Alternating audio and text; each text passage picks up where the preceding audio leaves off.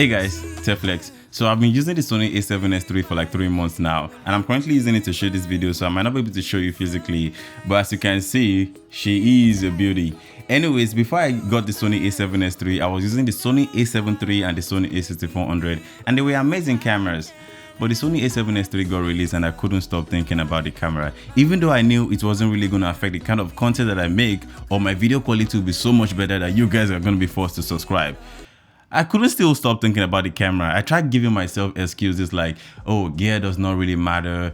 Nobody watches my videos, so nobody's gonna notice. Well, I guess it didn't work because I sold my Sony A7 III and my Sony A6400 and I got the Sony A7S3. So, do I regret getting the Sony A7S3 as a beginner?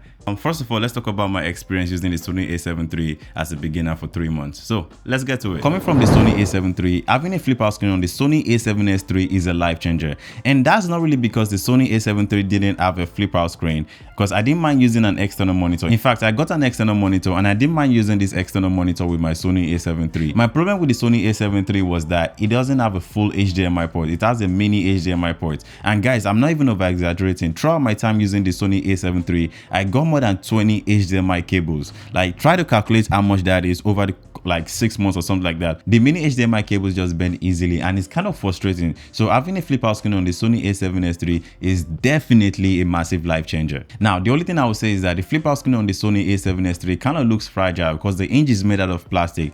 God, I hope my Sony A7S III never falls, because the flip out screen is going to be the first to tap out. If it falls, goodbye to the flip out screen. Now, when it comes to videos on the Sony A7S III, the biggest features that the Sony A7S III brought to the table are its dynamic range, its ability to shoot 10-bit 422 color space, and its ability to capture 4K 120 frames per second. Now, out of these 3 features that I just mentioned, the one I benefit the most out of is the 4K 120 frames per second. Now, on this channel, I mostly shoot my B-rolls in slow motion. So having 4K at 120 frames per second allows me to be able to slow down my footage to 20%, and it gives me this creamy looking footage. Is always very clean. Now, the Sony A7 III had 1080p 120 frames per second and it's actually clean. But my problem with that was that I wasn't able to like reframe my shot, like push into my shot 150% without losing quality. Okay, I admit I'm obsessed with quality and I cannot blame MKBHD because his B-rolls are always very crisp. I cannot blame MKBHD with my obsession with video quality. Anyways, the other 2 features, the dynamic range, maybe I benefit a little bit from the dynamic range because, for example, this camera has a good dynamic range. As you can see, the highlights, the midtone, and the darkest part of this image, everything is equally balanced. A camera with a bad dynamic range is probably going to blow out my window and maybe expose me properly, and the shadows are all going to be mushed up. So this camera, I kind of maybe a little bit, I cannot benefit from the dynamic range. To really take advantage of the dynamic range of the Sony A7S III, you have to take it outside, shoot cinematic videos and all that stuff, and I don't really shoot cinematic videos. This channel is a tech channel. I do tech unboxing, tech reviews, and I just talk about random cool tech stuff. So anyways, even into that, you might want to consider subscribing. Now, as for the 10-bit color space on the Sony A7S III, I wouldn't really say I'm taking full advantage of it, but one thing I would say is that I really love the fact that I can push my footage to my desired taste and even beyond before the footage start breaking. Because I remember when I was using the Sony A7 III, and by the way, the Sony A7 III only had 8-bit color space, and 8-bit color space has 16.7 million colors, unlike 10-bit color space that has 1.07 billion colors. So there's a lot of room to play around with. The room for adjustment on 8-bit color space is something like this.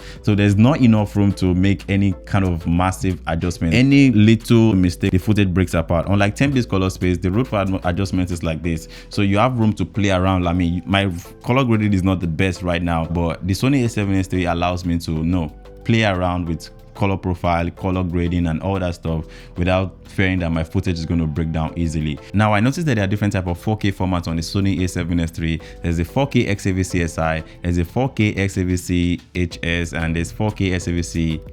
I'm probably saying the name wrong. Anyways, the 4K XAVC-SI, the file size is just massive. Like a 2 minutes 4K video could be like 5 to 6 gigabytes. But one thing I'm going to say is that despite that the file size is very large, it's very easy to edit on my M1 MacBook Pro.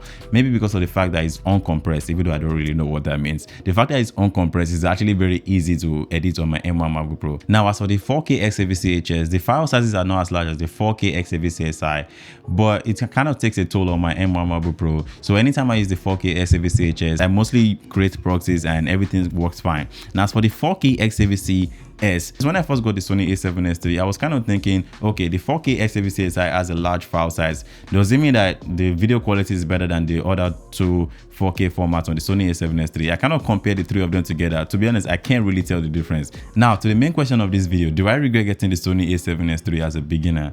No, I do not regret getting the Sony A7S III, despite the fact that it doesn't have a big impact on my channel. Like behind the scene, like outside this whole YouTube stuff, I really love my Sony A7S III. I do go out and capture all kinds of videos. I mean, I'm using the Sony A7S III as a tool to improve on my skills. The only thing I would say I miss is having a big camera, because when I was using the Sony A7 III, I had a big camera, which was the Sony A6400. So I kind of miss having multi-angle shots and all that stuff. Well, I guess life is all about sacrifices, because I kind of miss having a big camera right now.